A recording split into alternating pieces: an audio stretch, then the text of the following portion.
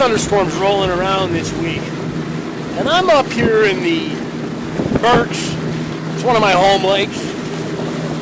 And the sun is going to be completely down in about 20 minutes. We've got thunderstorms in the west. I don't know, I expect to catch a few fish on the surface. Let's see what happens. So we got some loons right here. A pair of loons with some babies. Look at the babies. Sometimes the babies ride right on their backs. I came in a little too hot. I slowed down. I should have slowed down when I got closer to those loons. You don't want to scare them when they have babies. And there's a couple beautiful white pines right there. Look at the size of those beauties. Now, if you're looking at the shoreline all over the southern end of the lake I'm on, you will see a myriad, a tangle, a snaggle of stumps, a graveyard of old trees. And this reservoir was built around the time of the American Civil War, actually right in the middle of the American Civil War. It was built in 1864 when the dam was closed and it began to fill up to provide power for a company that made axes and saws and bolo machetes for the sugar trade. Terrible. Let the fish make the call. And of course there's stumps all over the shoreline. You can see that big I call that a spider stump right there, because if you snorkel in here or scuba dive, these stumps make caves. They're awesome. And it was true for years and years and years that if you lived on the lake, what you did was you got rid of your stumps and you towed them down to this end of the lake and just let them go. And what's funny is now, as the summer cottages that used to be here are increasingly replaced by these edifices built by a lot of New York money, but a lot of wealth from the region too. They want the stumps. They want the stumps to make them into a coffee table, stack them in front of their house, whatever they're going to do with them. They want the stumps. It's kind of funny, all the work it took people to get the stumps down here, and now people are bringing them back. They're bringing them back to the properties where the stumps were removed from. This year's Lure of the Year, a homemade wappa plappa, made by the West Springfield High School Fishing Club, out of parts purchased by me. Some of the kids took some home, and I got the rest. Oh, here we go. A feisty smallmouth on the dragonfly pattern, because there's nothing that imitates the dragonfly better than the chug bug. Feisty smallmouth. Oh, I wish he hit the fly. But, oh, he's a fun size. He's still on. I thought he got off at the boat. Oh, here he is. And the feisty smallmouth has taken 2 of the 3 hooks on the treble. And I got to get this guy off.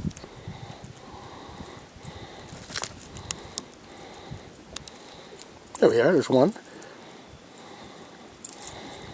Now don't be one of those people that says, oh, I can't get it off. If it got on, you can get it off. Sometimes you got to use pliers, but usually you just use your brains. There it is. Feisty smallmouth. Yes! Down he went. Everybody's in this lake. There's bass, there's pickerel. All the trout Massachusetts stocks. I'm sure there's some nice brown trout in here.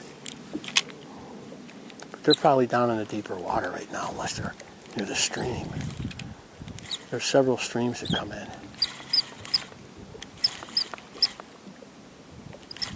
Dragonfly pattern.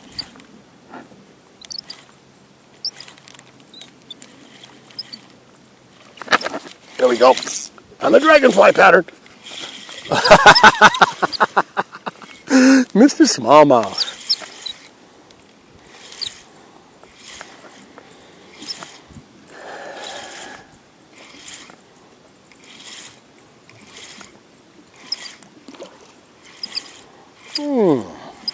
Well, he's got himself foul hooked now.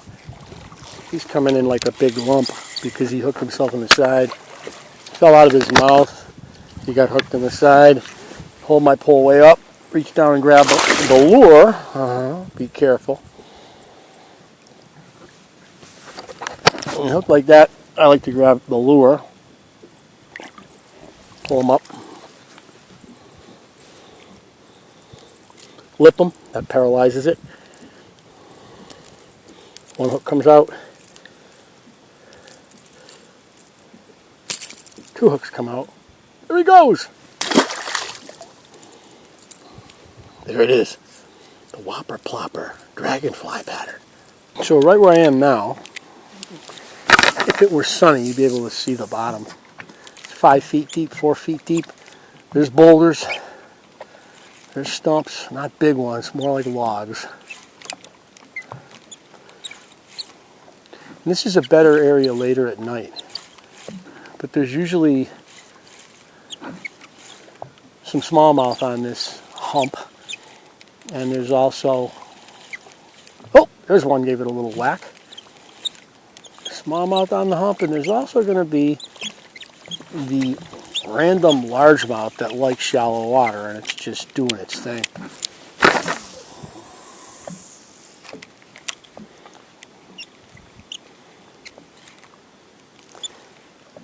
Thing is, oh, there we go. Little smallmouth.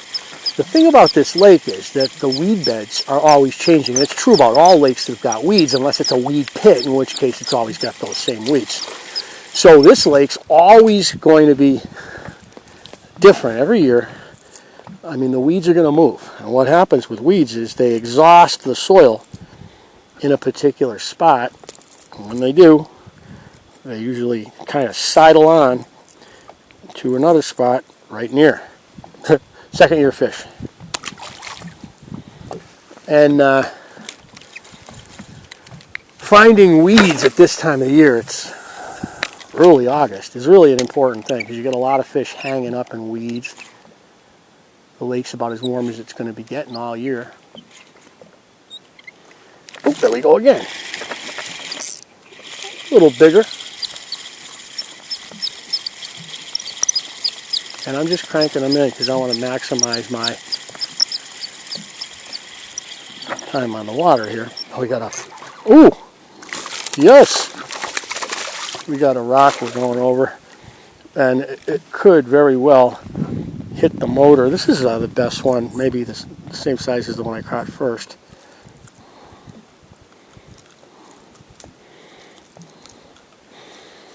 And got to get the hook out of here. Delicate maneuver.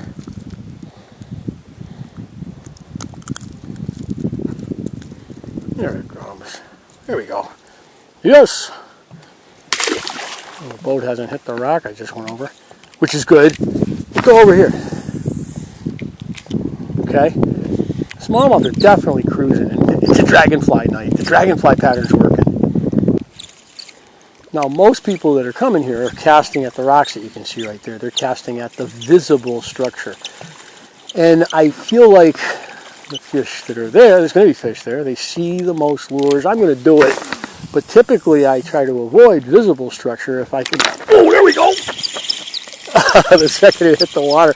So much for my diatribe against visible structure. So in this case, visible structure is what this guy wanted. Actually, I was 15 feet behind it. So he was there, he was ready, he was game. Smallmouth again. Oh, he gets off at the boat, which is good, so I didn't have to get him off. We'll throw out now, out here. And we'll see what happens on this cast. As I have done so many times, I am now stopped in a very familiar place, and I'm wafting a, ooh, bats. Lots of bats. They live in the white pines. The white pines are getting bigger. There's a lot of dead hollow trees. They live in there. They live in people's boathouses up here. Boathouses are a great place for bats. Barns, old barns. Roofs that have been compromised. Now, there's a spot over here, there's always a smallmouth because there's a boulder. I usually like to leave them alone. I'm casting at him though. Right on the shore, there's a big boulder under the water there.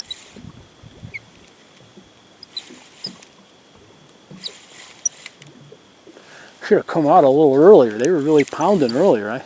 In that half an hour, 45 minutes before it got dark, they were really kicking. Nothing huge, but a little bit of fun. That's what you want. That's all I... Oh, missed one.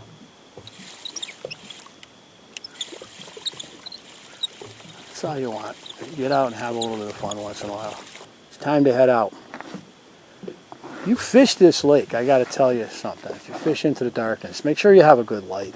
I got a bow light. I don't have a stern light up right now. That's not good. Get a ticket for it. But this spot, because there's an island here, and the main lake extends to the north and to the south, it's going to be a dangerous spot. As guys, you know, on the martini cruise, maybe towing a water skier, are coming down the lake, and, you know, just like driving a vehicle, right, an automobile, when you're a little tipsy. Maybe it's even more dangerous driving a boat, huh? I don't know. Anyways, be careful.